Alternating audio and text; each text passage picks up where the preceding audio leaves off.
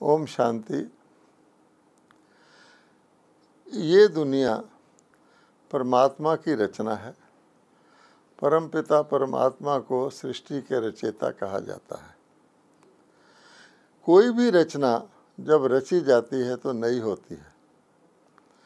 कोई भी इंसान पुराना घर नहीं बना सकता, घर हमेशा नया ही बनता है।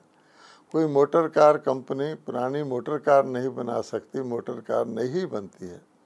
इसी प्रकार से ये दुनिया नई ही बनी थी, और जिसका रचनाकार स्वयं परमात्मा हो तो वो नई दुनिया कैसी होगी उसके बारे में हर एक धर्म में, सारे समाज में कई प्रकार की बातें आज भी लोगों के दिल में आती हैं।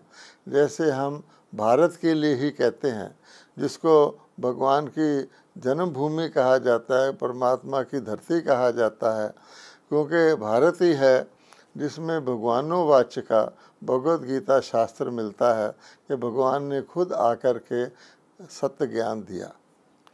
तो ऐसी सृष्टि के लिए कहा गया है कि इस भारत में दूध और घी की नदियां बहती थीं, शेर और गाय एक घाट जल पीते थे, चारों तरफ धन धान्य था और अकाल मृत्यु नहीं होती थी, रोग शोक से भारत मुक्त था।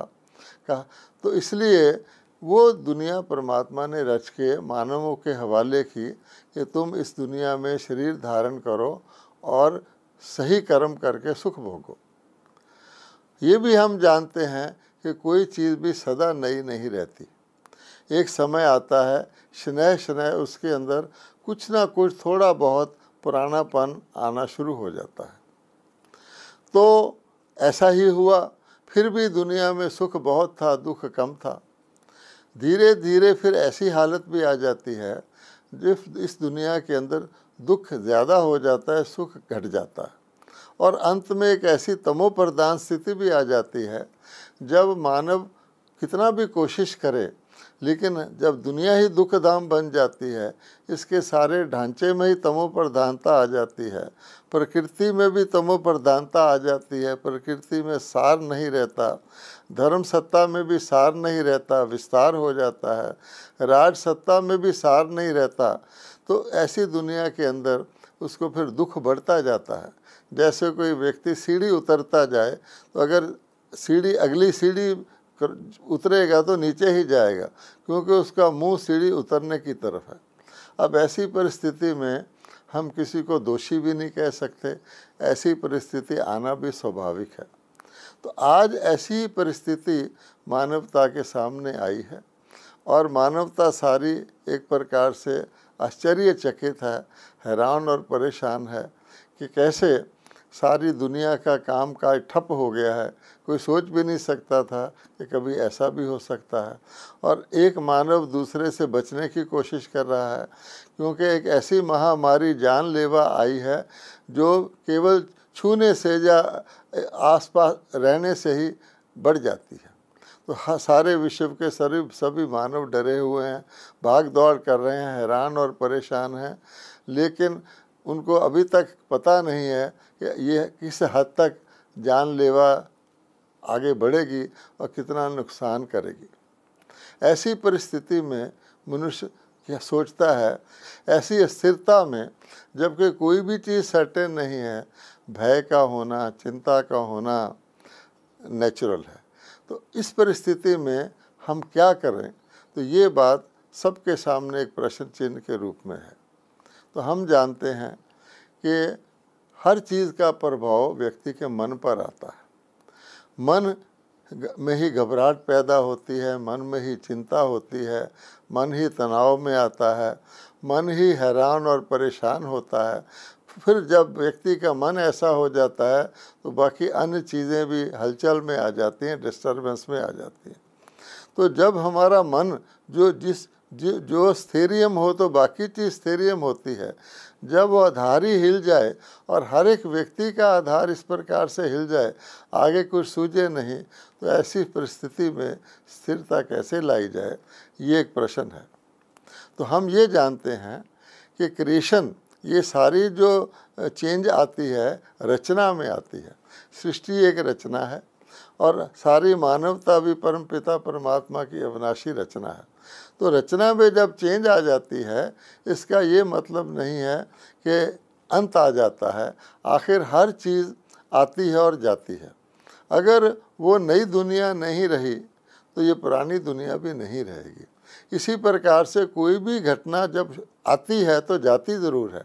तो हमें एक बात तो काल के नियम के अनुसार समझना चाहिए कि दिन के बाद रात होती है तो रात के बाद दिन भी अवश्य ही होता है। तो कहा है किसी ने, रात भर का है मेहमा अंधेरा, किसके रोके रुका है सवेरा। तो हमें इस बात का निश्चित रूप से विचार करना चाहिए कि जो आया है वो जाएगा ज़रूर, लेकिन ये भी है जिस काम के लिए आया है उसको पूरा करके ही जाएगा। आगे भी कुदरत हमें अनेक प्रकार की चेतावनियाँ देती रही है।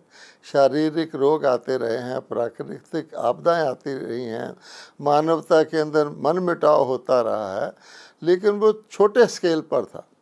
तो हम उसको ना समझ करके, उस वार्निंग को ना समझ करके उसको ओवरलुक करते गए हैं, तो धीरे धीरे ये बढ़ता गया है और आखिरकार ऐसी स्थिति आ गई है जबकि जानो माल का खतरा सभी को, सारी दुनिया को ही एक जैसा खतरा पैदा हो गया है और उसका कोई इलाज नज़र नहीं आता।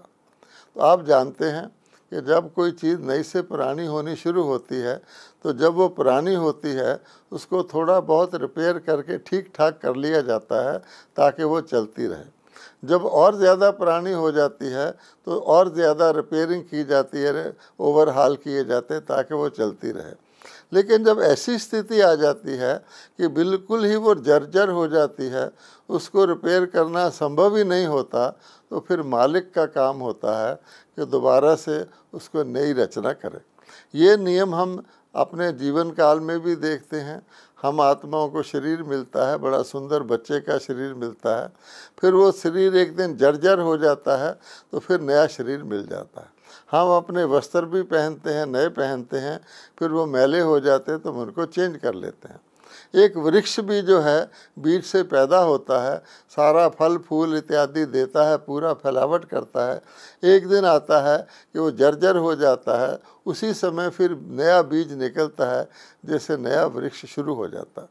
इसलिए अब वो टाइम है, हमको इस सारे को देखकर सोचना चाहिए कि जब किसी चीज़ की अति हो जाती है, जब उसको टोटल कंप्लीट चेंज की ज़रूरत होती है, नया बनाने की ज़रूरत होती है, उसमें पुराने को ठीक करने की कोशिश करना से कोई रिज़ल्ट निकलता नहीं है।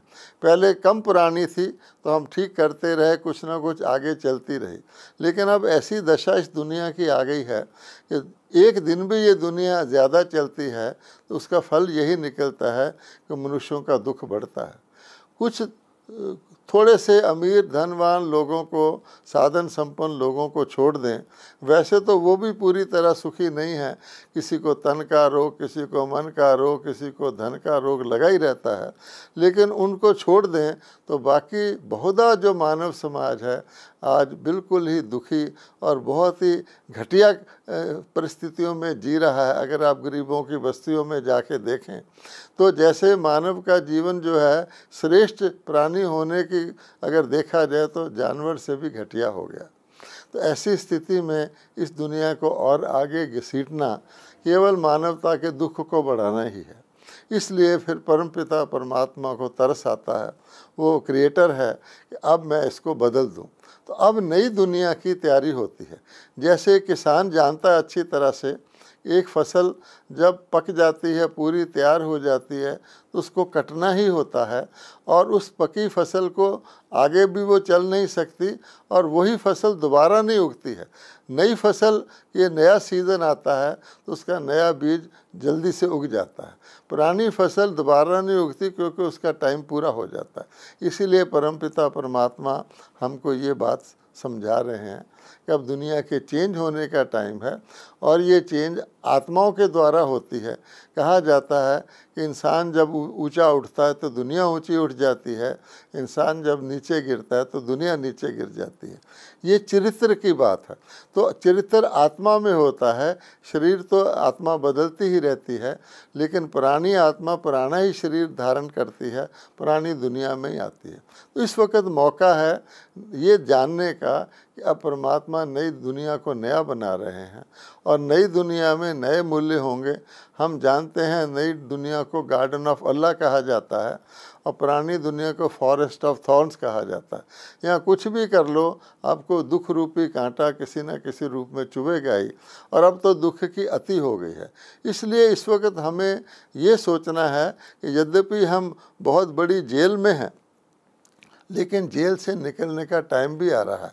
अब दुनिया की प्रभात हो रही है, तो हमें जो आने वाली दुनिया है उसके अंदर जो चरित्रवान आत्मा होती है, जो पावन होती है, आज जो पतित है, उसको पावन बनाना है ताकि हम आने वाली दुनिया के अंदर पुनर्जन्म के अधिकारी बने। हम जानते हैं कि कलयुग की सारी आत्माओं की जितनी जनसंख्या है 850 करोड़ के करीब, वो सारी की सारी जनसंख्या तो नई दुनिया में नहीं आ जाएगी। एक पेड़ के जब छोटा पौधा होता है तो सारे पत्ते तो एकदम नहीं निकल आते हैं। किसी नाटक के सारे एक्टर ही तो फर्स्ट सीन में स्टेज पर नहीं आ जाते हैं। इसलिए बाकी आत्माएं भी देखा जाए तो दुनिया में तंग आ चुकी हैं, थक गई हैं। हर व्यक्ति जैसे जीवन को घसीट रहा है, चिल्ला रहा है और चला रहा है, क्राइंग एंड कैरिंग ऑन, सिर्फ उसको घसीट रहा है।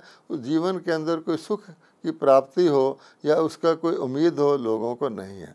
तो इस वक्त मौका है कि हम आने वाले भविष्य को देखते हुए अपनी आत्मा को विकारों से मुक्त करें, पावन बने, और पावन दुनिया के अंदर तो किसी प्रकार का ना दैहिक दैविक भौतिक किसी प्रकार का ताप नहीं होता, किसी प्रकार का संताप नहीं होता, कोई भी चीज़ दुखदाई होती ही नहीं।